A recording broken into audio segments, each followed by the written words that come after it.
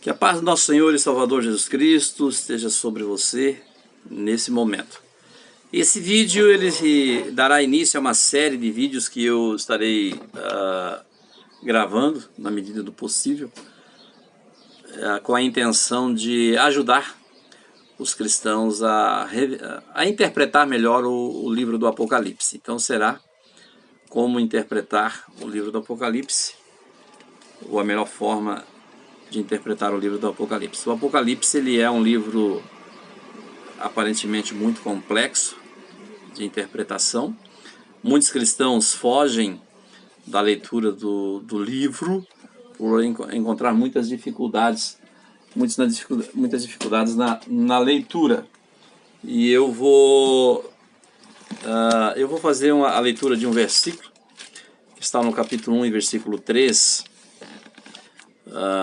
do Apocalipse, que diz assim, ó: bem-aventurado aquele que lê, bem-aventurado ou bem-aventurados os que ouvem as palavras desta profecia e guardam as coisas que nela estão escritas, porque o tempo está próximo. Então, bem-aventurado o que lê, o que ouve, ou os que ouvem e os que guardam. Então, a palavra bem-aventurado quer dizer bem feliz. Feliz é aquele que lê, feliz é aquele que ouve, feliz é aquele que guarda as profecias que estão neste livro, tá certo? Então a ideia é fazer com que as pessoas interpretem de forma correta e também se interessem por ler o Apocalipse e buscar a sua real interpretação.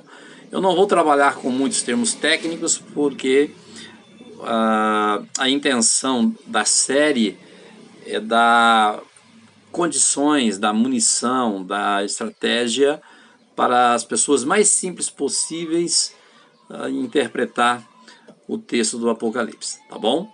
Nós temos pelo menos 4 escolas dentro do cristianismo, dentro do mundo cristão, que interpretam o Apocalipse, tá? Essas escolas são escolas que buscam a interpretação do cumprimento das profecias, tá? Claro que sabemos que a palavra Apocalipse significa revelação, e se essa é a ideia também de mostrar para você que se é uma revelação, logo não é tão misterioso assim, tem que ter um propósito lógico para que nós consigamos entender o que está escrito para poder interpretar, tá certo? Porque toda profecia ela se cumpre na história. O nascimento de Jesus foi profetizado até a cidade que ele nasceria, que era Belém de Judá, tá bom?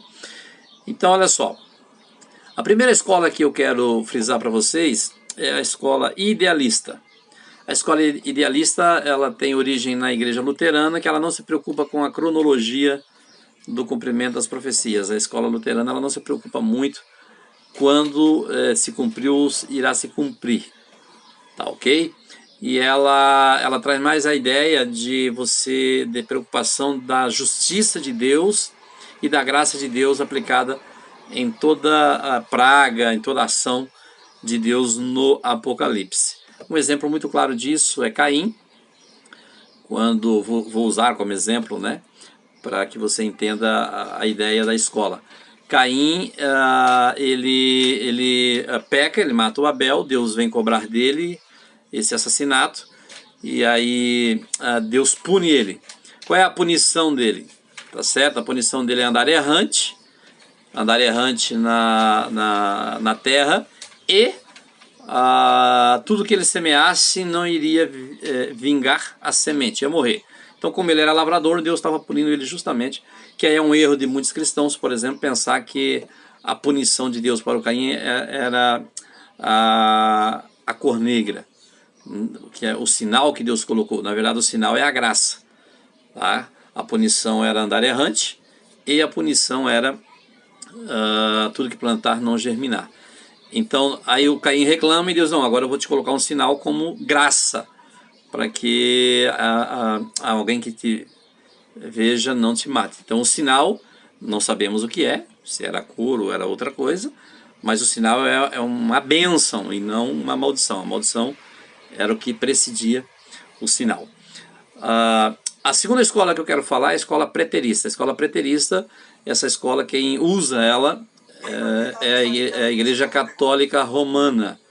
Então a Igreja Católica Romana, ela diz que do capítulo 1, ou geralmente se usa o capítulo 6 para interpretar as profecias, do 6 ao 18 de Apocalipse já se cumpriu. Então, na época do Império Romano. E aí eles buscam, então, interpretações de fatos que aconteceram dentro do Império nas pragas do Apocalipse. Tá? Então essa é a escola preterista. A escola historicista é a escola que procura, então, interpretar as profecias do Apocalipse desde a ascensão de Cristo até os dias de hoje. São várias ramificações. Tem algumas ramificações presbiterianas, algumas batistas, mas a que usa sem ramificação são os adventistas e as testemunhas de Jeová. Então eles procuram a interpretação na história, desde a ascensão de Cristo até hoje, fatos que aconteceram no Apocalipse, tá bom? Profetizado no Apocalipse. E a quarta e última escola que eu quero falar, então, é a escola futurista. E como destaque eu quero falar da Assembleia de Deus. Claro que tem outras igrejas, como alguma ramificação batista, alguma ramificação presbiteriana, mas a Assembleia de Deus quase que num todo, tá? Principalmente a Assembleia de Deus Missão, ela crê, tá? E a Madureira também, eles creem que do capítulo 6 para frente o Apocalipse não se cumpriu nada ainda, está tudo para se cumprir.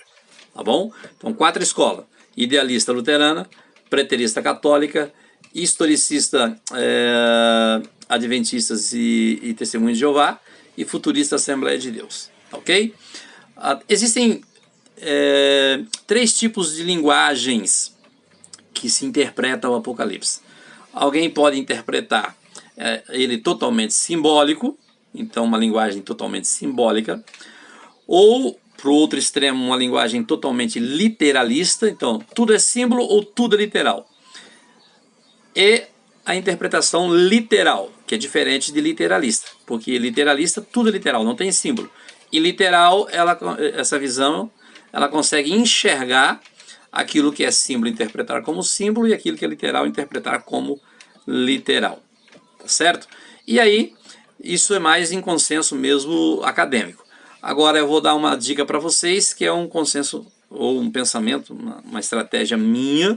Eu criei para mim mesmo uma maneira de eu interpretar o Apocalipse para entendê-lo melhor, certo? Então a gente está fazendo assim bem rápido, bem corrido, para o vídeo não ficar muito longo. São 3 regrinhas. Então quando você lê o texto, a primeira regra que você tem que analisar, porque no texto vai estar ali o agente, a ação e a consequência no texto. Tá? Você vai ver, por exemplo, o cavaleiro baio, tá? O 4º cavalo do Apocalipse no capítulo 6, versículo 8 em diante. Então, esse 4º selo, o cavalo baio, ele sai para matar, e ele mata 1/4 da população mundial, com espada, com feras da terra, com peste, com fome. Então, o que é esse cavalo? O que é esse cavaleiro? O que ele tem? Ele chama-se morte, tá certo?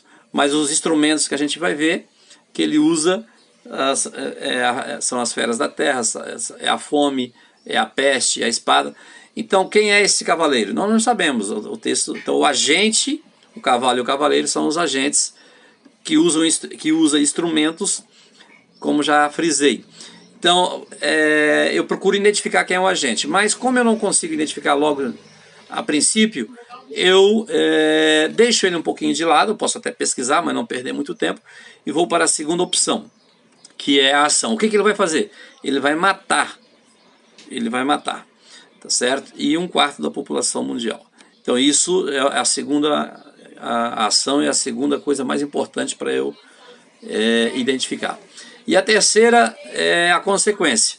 Essa morte, ela leva as pessoas para o inferno, porque o inferno os seguia. Está lá no capítulo 6, versículo 8 do Apocalipse. Então, a morte os seguia. Tá?